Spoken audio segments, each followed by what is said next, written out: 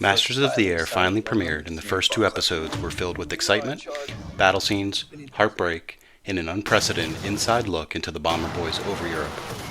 Let's take a deeper dive into Episode 1 and the mission, which was to bomb submarine pens in Bremen, Germany. At 0300 hours, across Thorpe Abbotts, 19 crews were awakened for their first combat mission. This day would mark the first official combat mission of the 100th Bomb Group, flying as part of the 402nd Provisional Combat Wing, which was attached to the 4th Bombardment Wing under the command of Curtis LeMay. The Force Field Order No. 12 would call for the heavy bombers to attack Bremen with a force of 78 aircraft, 41 from the 401st and 37 from the 402nd, which included the 95th and 100th Bomb Group. Scheduled to fly behind the 401st formation, the 402nd would send out 18 aircraft from the 95th in the lead group and 19 from the 100th flying last. The 350th Squadron Commander, 24-year-old Gail Clevin, would fly with Mark Carnell and lead the High Squadron. Robert Flesher would fly as command pilot of the Low Squadron. 23-year-old Oren Jack Petrich would lead a flight with 23-year-old Paul Schmallenbach and 28-year-old Alonzo Adams as his wingmen, all of the 349th and flying in the Low Squadron. With each B-17 loaded with 10 500-pound bombs, the pilots took off successfully into the intermittent rain and low-heavy clouds. The division's aircraft departed Splasher No. 5 in good formation, but due to tailwinds at the low altitudes, the 402nd had to do considerable zigzagging to stay in formation. As they continued their climb due to the multiple cloud layers from 3,000 feet to 19,000 feet, the 100th Bomb Group lost contact with its wings several times over the North Sea. The dense and persistent condensation trails made flying difficult over the North Sea. Clouds were reported at every altitude. Multiple planes would turn back either to mechanical failure or inability to find the formation. As the Frisian Islands were approached, the first flak bursts appeared at 0840 hours. The 94th Group, leading the division at 17,000 feet, radioed that they were turning back due to the poor weather, but the 100th, not receiving the message, proceeded into the thick layer of clouds. When it emerged out of the clouds at 25,000 feet, the group's leader found himself with only 8 aircraft remaining in his formation. Proceeding 5 minutes past the German coast, the remaining fortresses in formation jettisoned their bombs in Germany and made the turn toward home. There was a sudden intercom shout of bandits at 6 o'clock. Action in the air was swift, as Me-109 attacking from below, firing a burst and rolling off to the side before the firepower of the fort was brought to bear on him. The Me-109s came on in single file, concentrating on the Low Squadron. FW-190s also joined, and a few Dunker 88s were spotted. These were the cream of the Luftwaffe, veterans of Coventry and the African campaign. Petrich, Adams, and Schmallenbach, the lead element of the Low Squadron, were crippled and sank into the overcast. Meanwhile, the other dispersed aircraft had either attached to another formation or singly attempted to return to base.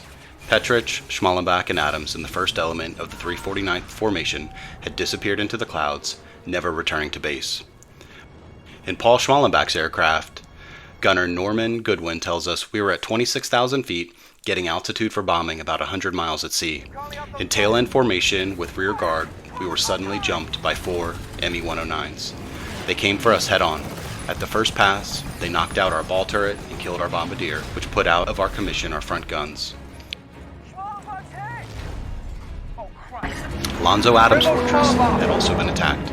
Nicholas Demchak, Adams' navigator, tells us, "After approximately 10 minutes of fighting, the alarm bell was sounded to abandon ship. I tried to reach Lieutenant Adams, and I received no response. Lieutenant Gurley was in the nose of the ship and was not hurt when we received the bailout signal. I was firing my guns and did not hear the signal, but Gurley informed me. Directly after that bailout signal was given, I believe the plane exploded at that moment, and the rest of the crew were killed by the explosion or rendered unconscious and unable to operate their chutes." All but 3 of the fortresses that went out to Thorpe Abbotts that morning would return to base by 11:30 hours. Barr's navigator, Jim Brown, remembered, "The men were saddened, depressed, and numb with grief for several days.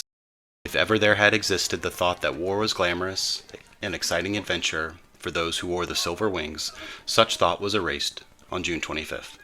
From that day on, we all realized that our jobs was dirty, dangerous, and downright brutal. Any feeling of our personal immortality left us swiftly that day." Later in a mission critique, Curtis LeMay would focus his comments on the critical nature of maintaining combat formation. He wrote, "This mission, again, made it clear that good weather is necessary if we are to successfully attain our objectives. Without it, the wing leader cannot properly handle the formation, and there is small likelihood of our aircraft ever reaching the target area.